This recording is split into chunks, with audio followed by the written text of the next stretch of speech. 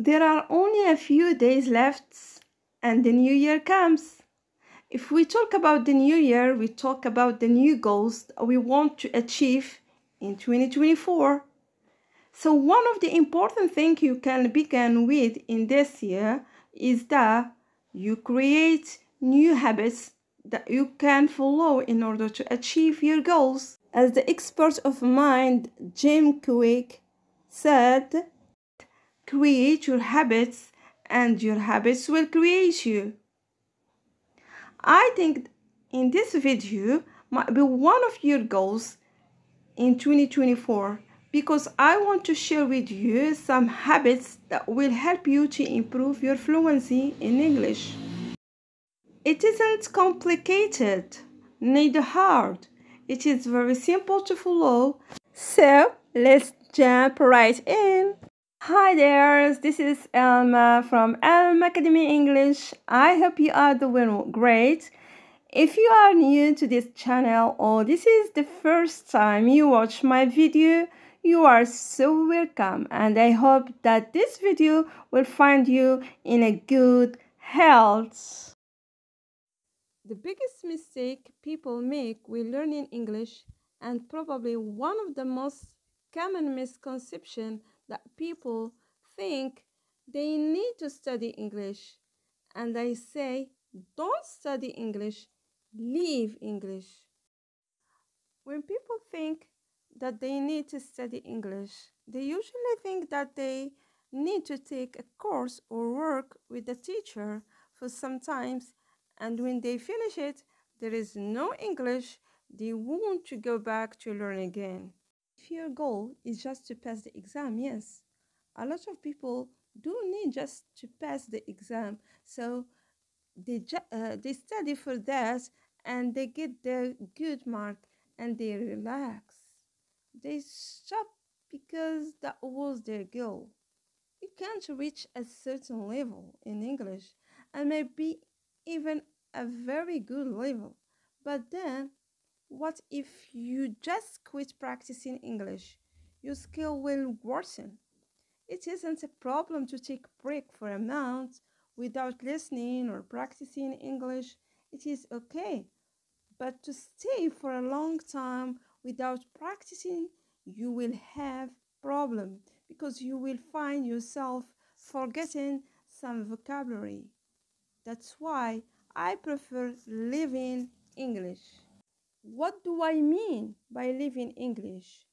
You need to surround yourself by the English language as your part of daily routine so that you have no choice but to use it. As a proverb say, use it or lose it. You need to integrate it into your life more often so that you don't feel boring anymore. But just as your part of everyday life, part of your routine. This way, you will not forget English. You will not lose your skills. On the contrary, you will be only improving every day, little by little. You probably will not even notice your progress because it's gonna be a constant thing. You will be amazed by your English and you think to yourself, but wait, how that happened? That wasn't hard at all. That is the beauty of living English. Improve while not even realizing it, although it might not be easy at the beginning because it takes a little bit effort and discipline. But it will be so worth it.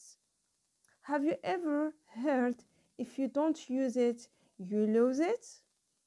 Skill need to be maintained. You need to maintain a language so as not to lose it.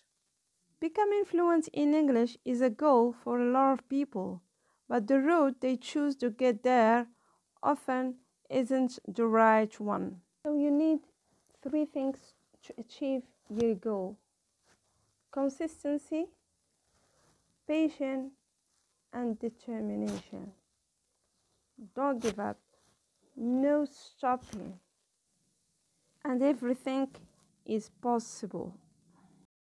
Here I want to talk about 4 skills that are very important and that should be mastered by everyone that want to learn a language, and especially here English. Those are listening, speaking, reading, and writing. Here we know that listening and reading are the input, and speaking and writing are the output.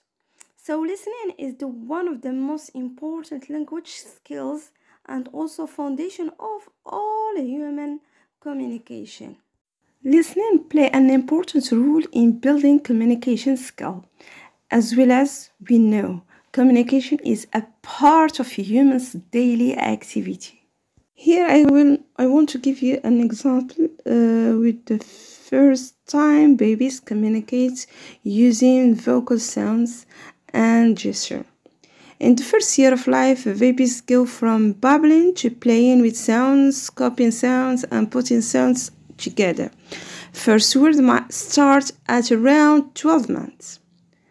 So babies start understanding and responding to words in the first year of life. If I can tell you the first time make eye contact with mom and all around them, the second time say a combination of vowels and consonants, they copy some of sounds the parents make and some gestures, so like this. Here from the results of babies, I can tell you listening is very important. So at the first time you want to learn English, so listening. So I advise you to listen to some of podcasts. They are very great way to improve listening skill and provide opportunity to learn something new. Podcasts can help build vocabulary and improve pronunciation. They will help improve speaking skills. So the more you listen to English, the more your brain wants to copy what it hears. When I say that you should listen to podcasts, because podcasts are real people talking about real things. It is a great way to practice listening because it is an unscripted language. It is how people in real life use the language with slang and idiom and all the feelers. It's like you are eavesdropping on someone else's conversation. You will learn vocabulary, speaking styles, and something new. The second thing I advise you to do is shadowing. Shadowing is very important here when we talk about learning English or mastering English. So we say shadowing or imitation learning. You listen to a video in English. You can listen to it, listen again and again, really get your ears adjust to all of the different sounds and how the word link together, and then practice reading yourself. And when you practice, you want to try to match the way that the person reads. If you're doing shadowing exercise the way it should be done, you want to match the intonation, you want to match the rhythm, you want your reading to sound as close to the person who reads as possible. And there is another way of shadowing which is very cool. You train yourself to be blindfolded, which is an incredible way of learning how to imitate somebody right. Blindfolded means that you don't look at the words, but you just listen, really focusing on hearing everything accurately.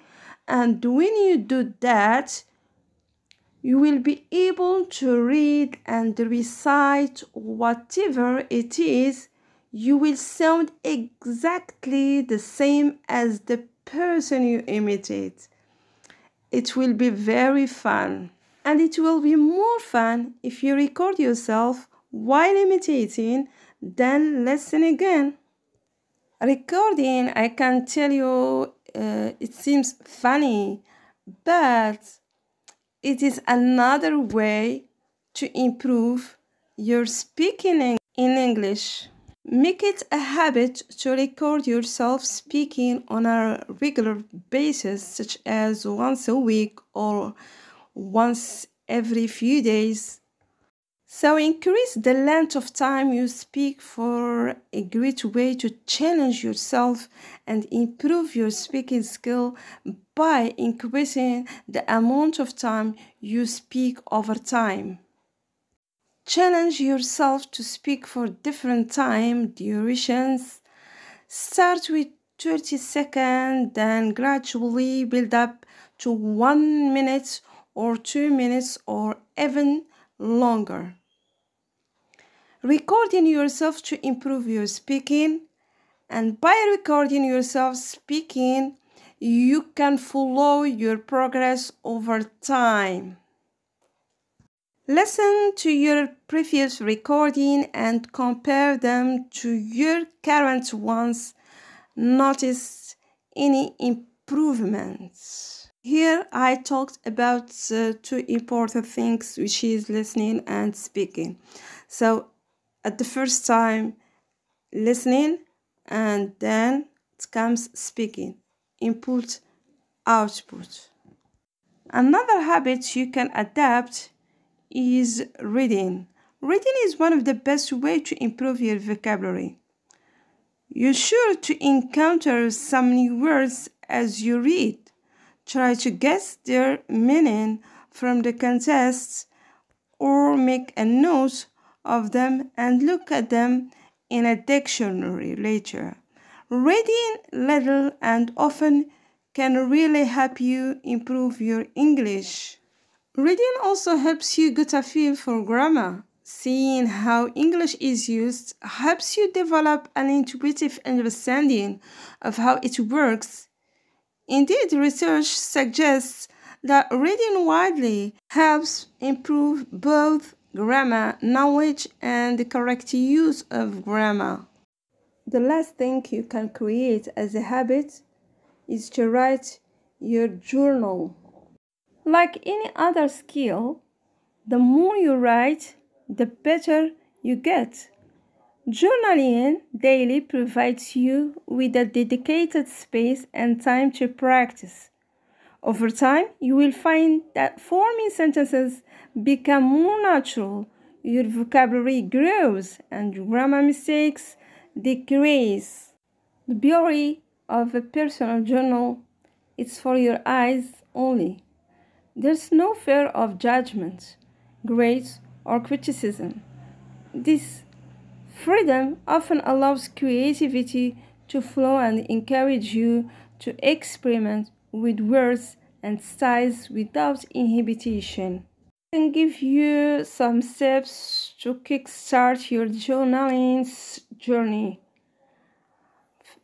One, it could be a traditional notebook, a digital app, or even a blog if you are comfortable sharing. Second, whether it's during your morning coffee or before bedtime, pick at a time slot, even if it's just 5 minutes before bed. Consistency is the key.